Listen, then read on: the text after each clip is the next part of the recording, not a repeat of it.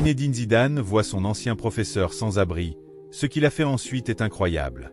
Dans le monde du football, il y a des légendes qui transcendent le sport et Zinedine Zidane est l'une d'entre elles. Champion du monde, ballon d'or, maître tacticien. Mais connaissez-vous vraiment l'homme derrière la légende? Aujourd'hui, nous allons vous raconter une histoire que les médias n'ont jamais couverte. Une histoire qui révèle le véritable caractère de Zizou. Une froide journée de novembre à Marseille.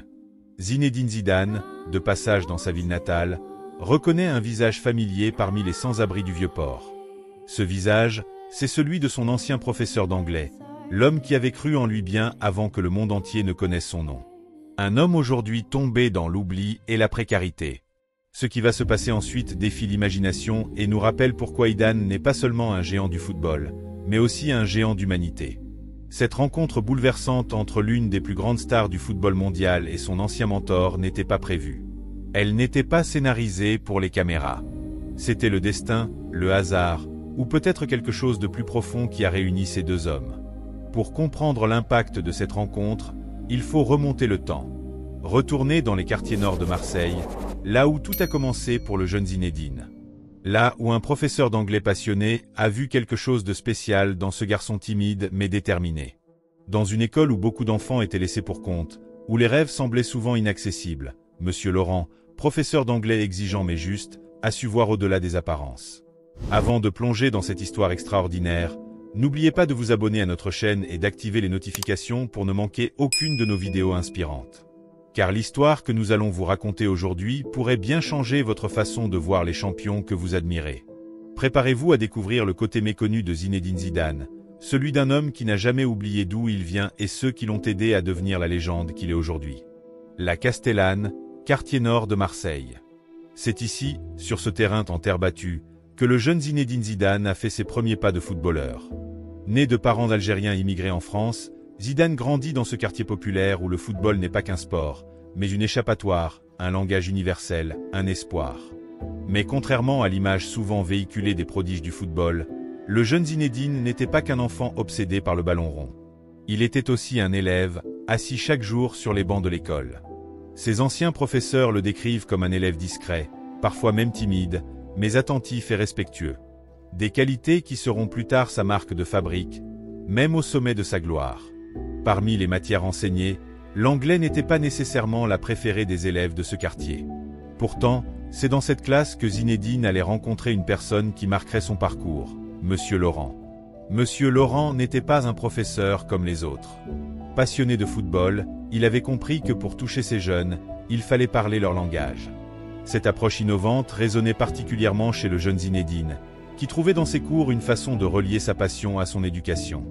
À 14 ans, quand Zidane quitte Marseille pour rejoindre le centre de formation de l'AS Cannes, il emporte avec lui bien plus que ses crampons et ses rêves. Il emporte les leçons apprises auprès de professeurs comme Monsieur Laurent. La suite appartient à l'histoire du football, l'ascension fulgurante à Bordeaux, le transfert à la Juventus, puis au Real Madrid, la Coupe du Monde 1998, le Ballon d'Or, les Ligues des Champions.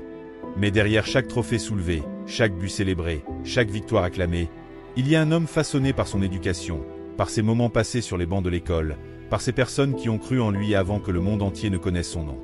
Ces mots, prononcés des années plus tard en anglais lors d'une interview internationale, font écho aux leçons reçues dans cette salle de classe marseillaise. Des leçons que Zidane n'a jamais oubliées, même au sommet de sa gloire. Mais qu'est-il advenu de ce professeur qui avait su voir au-delà du jeune garçon timide? Qui était vraiment Monsieur Laurent, cet homme qui allait croiser à nouveau la route de Zidane dans des circonstances que personne n'aurait pu imaginer? Pour comprendre l'impact de cette rencontre entre Zidane et son ancien professeur, il faut d'abord comprendre qui était Monsieur Laurent. Philippe Laurent, 35 ans à l'époque où Zidane était son élève, n'était pas originaire de Marseille. Venu de Lyon avec une licence d'anglais et des rêves plein la tête, il avait choisi délibérément d'enseigner dans ces quartiers nord que beaucoup évitaient. Sa méthode d'enseignement détonnait dans le paysage éducatif français des années 80. Alors que la plupart des professeurs s'en tenaient au manuel classique, Monsieur Laurent utilisait le football comme pont culturel. Cette approche, avant-gardiste pour l'époque, captivait même les élèves les plus réticents à l'apprentissage des langues. Dans ses cours, les positions sur le terrain devenaient des prépositions de lieu, les tactiques de jeu servaient à enseigner les verbes d'action, et les commentaires de match permettaient d'explorer les superlatifs et les expressions idiomatiques.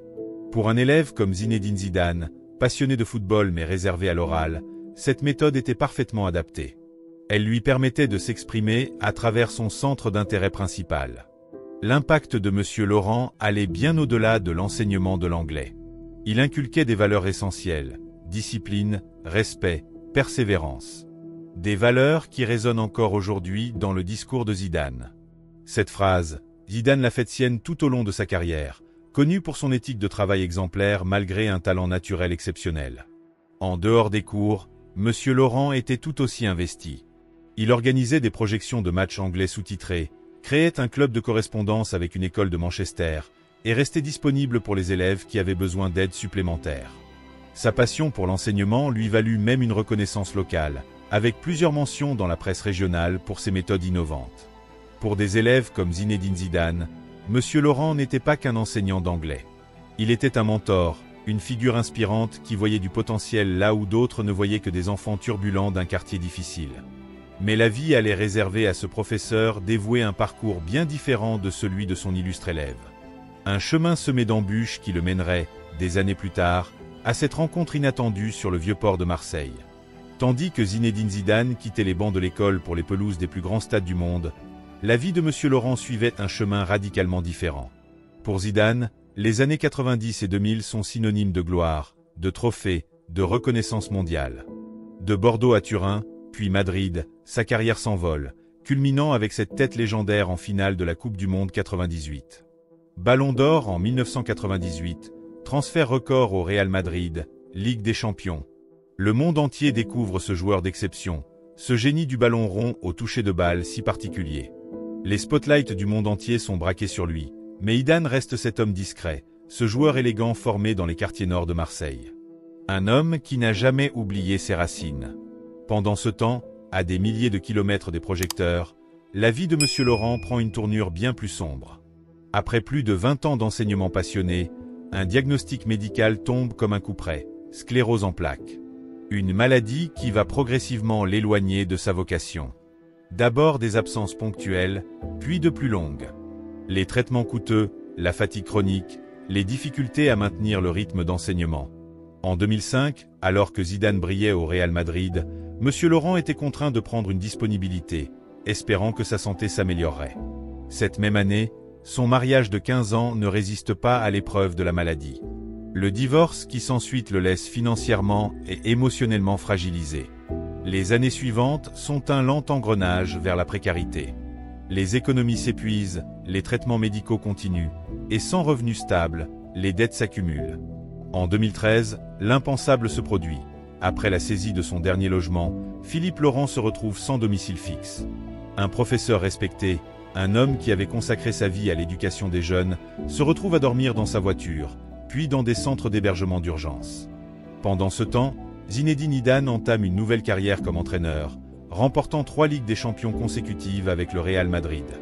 Une réussite extraordinaire qui confirme son statut de légende. De son côté, M. Laurent est retourné à Marseille, sa ville d'adoption.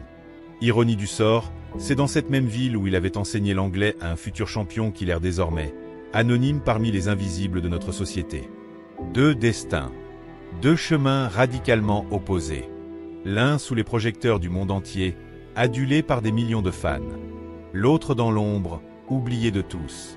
Jusqu'à ce jour de novembre 2023, où le destin allait réunir ces deux hommes que tout semblait désormais séparer. Une rencontre fortuite qui allait changer leur vie à jamais. Novembre 2023. Le soleil se lève sur Marseille, baignant le vieux port de cette lumière si particulière qui a inspiré tant de peintres.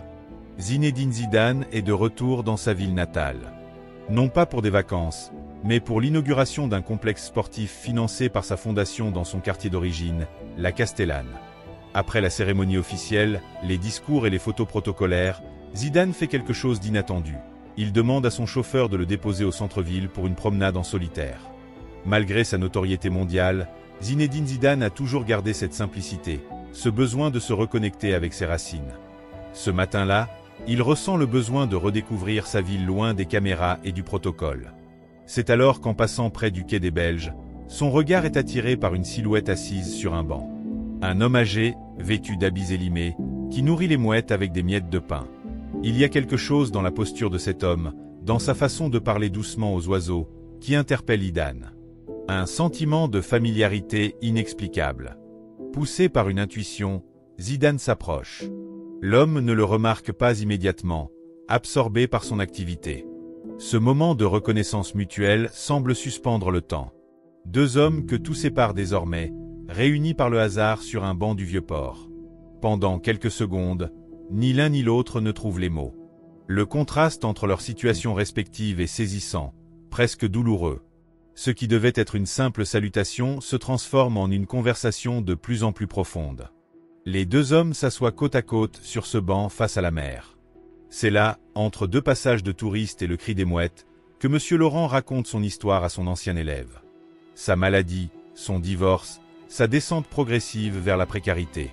Pour Zidane, cette révélation est un choc. L'homme qui lui avait ouvert des horizons, qui lui avait appris bien plus que l'anglais, se retrouvait maintenant sans toit, sans ressources, presque sans espoir. La conversation se poursuit dans un café discret. Zidane écoute, attentif, sans jugement. Son ancien professeur lui parle de sa vie dans la rue, de la solidarité parfois, de l'indifférence souvent, de la dignité qu'il essaie de préserver malgré tout. Ce qui se passe ensuite va au-delà d'un simple geste de charité. C'est une main tendue qui va changer deux destins à jamais. Assis face à M. Laurent, Zinedine Zidane écoute ce récit poignant, celui d'un homme brisé par la vie mais qui refuse de perdre toute dignité. À cet instant, quelque chose se passe dans l'esprit de la légende du football. Ce n'était pas de la pitié qu'il ressent. C'est une responsabilité. Une dette morale envers cet homme qui, des années plus tôt, avait vu en lui bien plus qu'un gamin des quartiers. Sans perdre une seconde, Zidane agit. Il contacte un ami proche dans l'immobilier à Marseille et lui demande de trouver un logement d'urgence pour son ancien professeur. Quelques heures plus tard, M. Laurent est conduit dans un petit appartement prêté temporairement dans le quartier du Panier. Zidane insiste pour couvrir les premiers frais, vêtements neufs, produits de première nécessité et même un rendez-vous médical rapide. Mais Zidane ne s'arrête pas là. Pendant que son ancien professeur reprend doucement ses marques, il appelle son équipe à la Fondation Zidane. Une idée germe dans sa tête, une idée bien plus grande qu'un simple geste d'entraide. Avec son calme légendaire mais une détermination palpable, il expose son projet, intégrer M. Laurent dans une initiative qui redonnera du sens à sa vie tout en aidant d'autres jeunes comme lui autrefois. Ce qui frappe dans la réaction de Zidane, c'est sa discrétion. Pas de caméra, pas de communiqué officiel, pas de mise en scène. Juste un homme qui agit par instinct, par respect pour celui qui l'a aidé à devenir ce qu'il est aujourd'hui. En une seule journée, Zidane a transformé une rencontre fortuite en un premier pas vers la rédemption pour son ancien professeur. Mais ce n'est que le début d'une histoire encore plus inspirante. Ce qui aurait pu rester un acte de générosité isolé devient, sous l'impulsion de Zidane, un véritable projet de cœur. Quelques semaines après cette rencontre bouleversante, la Fondation Zidane annonce une nouvelle initiative, Football et langage. L'idée est simple mais puissante. Combiner l'apprentissage des langues, en particulier l'anglais, avec la passion du football pour motiver les jeunes des quartiers défavorisés. Et qui mieux que M. Laurent pour en prendre les rênes? Après des années d'errance, Philippe Laurent retrouve sa vocation. Soutenu par Zidane, il suit un suivi médical adapté et reprend peu à peu confiance en lui. Sa première mission, concevoir un programme éducatif basé sur ses anciennes méthodes, celles qui avaient tant marqué le jeune Zinedine. Le programme est lancé en pilote à Marseille, dans le quartier de la Castellane. Les jeunes, souvent en décrochage scolaire, trouvent dans ces cours une nouvelle motivation. Pour M. Laurent, c'est une renaissance. L'homme qui dormait dans la rue quelques mois plus tôt inspire désormais une nouvelle génération, retrouvant sa dignité et sa raison d'être. Zidane suit le projet de près, s'impliquant personnellement. Lors d'une visite surprise, il prend le temps de parler aux jeunes, leur rappelant que l'éducation a été aussi importante que le football dans sa vie. L'impact dépasse vite Marseille. La Fondation Zidane envisage d'étendre le programme à d'autres villes en France, puis à l'international. Ce qui a commencé par une rencontre improbable devient un modèle d'espoir pour des milliers d'enfants. Et au cœur de tout ça, deux hommes liés par un passé commun, désormais unis pour construire un avenir meilleur. L'histoire de Zidane et de M. Laurent n'est pas seulement celle d'une légende qui tend la main à son ancien professeur. C'est une leçon de vie sur la gratitude, la reconnaissance et la capacité de chacun à faire une différence. Elle nous rappelle que derrière chaque succès, il y a des gens qui ont cru en nous, qui nous ont donné une chance. Et qu'il ne tient qu'à nous de leur rendre l'appareil quand la vie les met à l'épreuve. La précarité peut frapper n'importe qui, un professeur dévoué, un voisin, un ami. Cette histoire nous pousse à regarder au-delà des apparences, à voir la personne derrière la condition. Zidane n'a pas seulement offert un toit ou un travail à Monsieur Laurent. Il lui a redonné une place dans le monde, prouvant qu'un geste sincère peut changer une vie. Alors, à votre tour, soutenez les associations locales, parlez de ces invisibles qui nous entourent, ou simplement tendez la main quand vous le pouvez.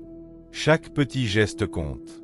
Si cette histoire vous a touché, n'oubliez pas de vous abonner et de laisser un commentaire pour nous dire ce que vous en pensez. Ensemble, faisons entendre ces récits qui inspirent et qui rappellent ce qu'il y a de meilleur en nous. Merci de nous avoir suivis. À très bientôt pour une nouvelle histoire qui, on l'espère, vous marquera autant que celle-ci.